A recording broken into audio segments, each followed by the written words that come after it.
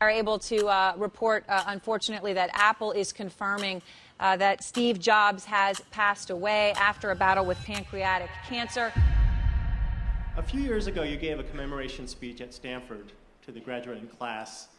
Now, a few years later, a couple years wiser, would you add anything else to that speech that you gave a couple years ago? Oh, I have no idea. I have no idea. Probably I would just turn up the volume on it because the last few years have reminded me that life is fragile.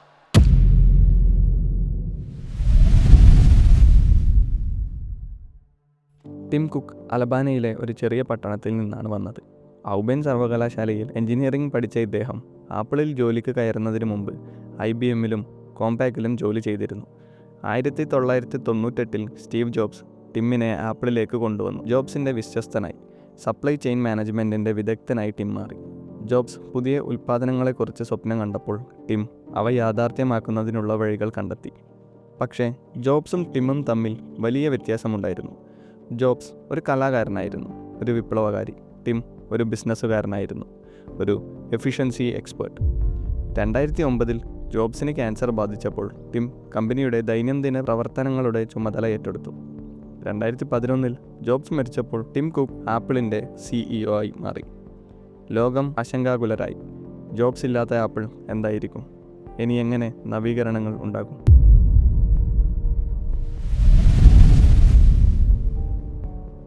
And Apple stock is surging this morning after the company reported a jaw-dropping 73% increase in sales last quarter. For much of the year, stock market gurus have been making surefire predictions.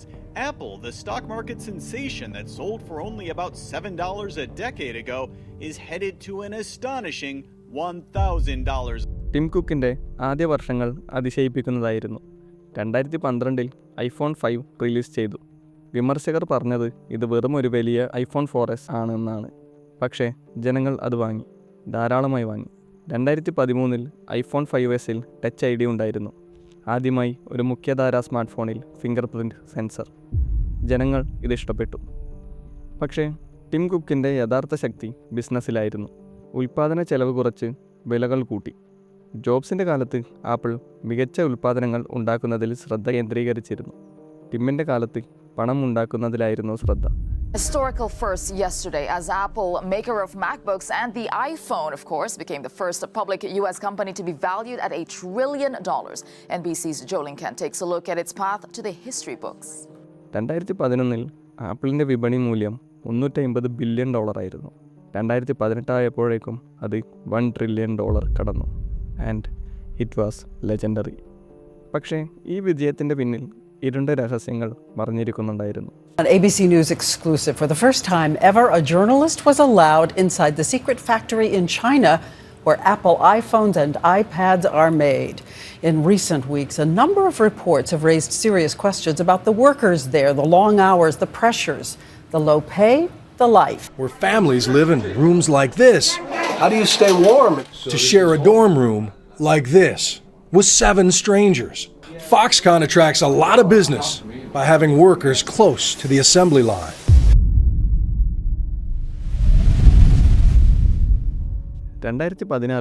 iPhone ഉപയോക്താക്കൾ വിചിത്രമായ ഒരു കാര്യം ശ്രദ്ധിച്ചു തുടങ്ങി. അവരുടെ പഴയ ഫോണുകൾ പെട്ടെന്ന് സ്ലോ ആകുന്നു, പ്രത്യേകിച്ച് പുതിയ iOS അപ്ഡേറ്റുകൾ ഇൻസ്റ്റാൾ ചെയ്ത ശേഷം. ആദ്യം ആളുകൾ വിചാരിച്ചത് ഇത് സ്വാഭാവികമാണെന്നാണ്. പഴയ ഫോണുകൾ സ്ലോ ആകും.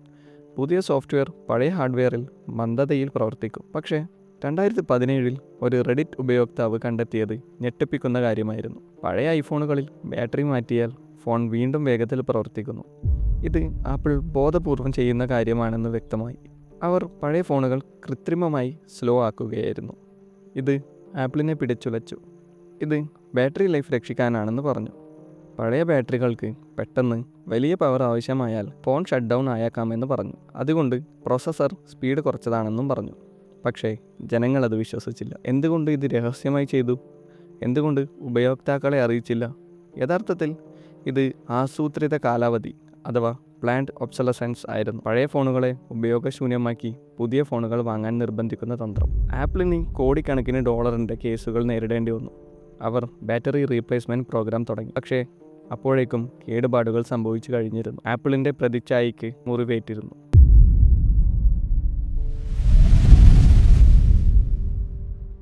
ബാറ്ററി ഗ്രേഡ് അഴിമതിക്ക് ശേഷം ആപ്പിൾ കൂടുതൽ ജാഗ്രത പാലിക്കുമെന്ന് ലോകം പ്രതീക്ഷിച്ചു. പക്ഷേ വിപരീതമായിരുന്നു ഫലം. 2017 ഐഫോൺ എക്സ് റിലീസ് ചെയ്തു. ആദ്യമായി $1000 മുകളിൽ വില വന്ന ഒരു ഐഫോൺ. ജനങ്ങൾ ഞെട്ടി. $1000 ഒരു ഫോണിന്? പക്ഷേ അത് വാങ്ങി. വളരെയധികം പേർ വാങ്ങി. ടിം കുക്കിന് മനസ്സിലായി, മാർക്കറ്റിലുണ്ടായിരുന്നത് വിലയുടെ പ്രശ്നമല്ല.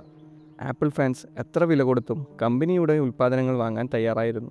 2018 iPhone XS max $1100. 2019 iPhone 11 Pro Max $1100. പുതിയ മോഡലുകളുടെ വിലകൾ കുതിച്ചുയർന്നുകൊണ്ടിരുന്നു. പക്ഷേ ഇതിലും വലിയ അഴിമതി മാക് കമ്പ്യൂട്ടറുകളിൽ നടന്നുകൊണ്ടിരിക്കുകയായിരുന്നു.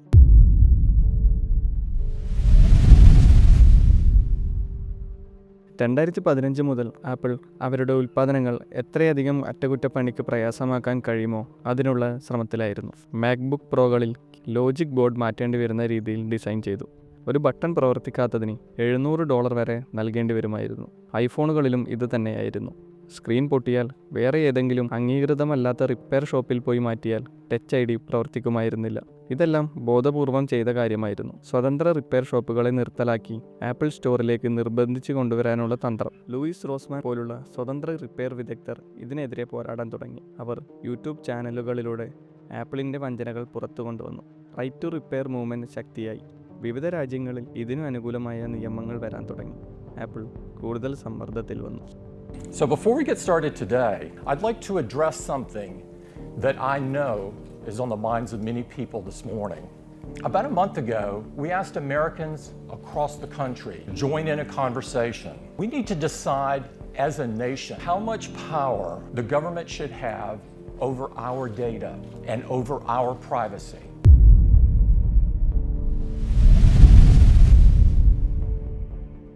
2016 ശേഷം ആപ്പിൾ ഒരു പുതിയ മാർക്കറ്റിംഗ് തന്ത്രം അവലംബിച്ചു. Privacy. What happens on your iPhone stays on your iPhone എന്നുള്ള പരസ്യങ്ങൾ എല്ലായിടത്തും ഉണ്ടായിരുന്നു. ടിം കുക്ക് പബ്ലിക് സ്പീച്ചുകളിൽ പ്രൈവസി ഒരു ഫണ്ടമെൻ്റൽ ഹ്യൂമൻ റൈറ്റ് ആണെന്ന് പറഞ്ഞു ഫേസ്ബുക്കിനെയും ഗൂഗിളിനെയും വിമർശിച്ചു. അവർ ഉപയോക്താക്കളുടെ ഡാറ്റ വിൽക്കുന്നു എന്ന് പറഞ്ഞു. ഇത് മികച്ച മാർക്കറ്റിംഗ് ആയിരുന്നു. ആപ്പിൾ പ്രൊഡക്റ്റുകൾ മറ്റുള്ളവയേക്കാൾ സുരക്ഷിതമാണെന്ന് തോന്നിക്കാൻ കഴിഞ്ഞു. പക്ഷേ 2021 വന്ന വെളിപ്പെടുത്തലുകൾ ഞെട്ടിക്കുന്നതായിരുന്നു. എഡ്വേർഡ് സ്നോഡൻ വെളിപ്പെടുത്തിയതനുസരിച്ച് ആപ്പിൾ NSAയുടെ പ്രിസം പ്രോഗ്രാമിൽ പങ്കെടുത്തിരുന്നു. ഉപയോക്താക്കളുടെ ഡാറ്റ സർക്കാരിന് കൈമാറുന്നുണ്ടായിരുന്നു. എന്നാൽ ആപ്പിൾ തൻ്റെ ഏറ്റവും വലിയ കപടത കാണിച്ചത് ചൈനയിലായിരുന്നു.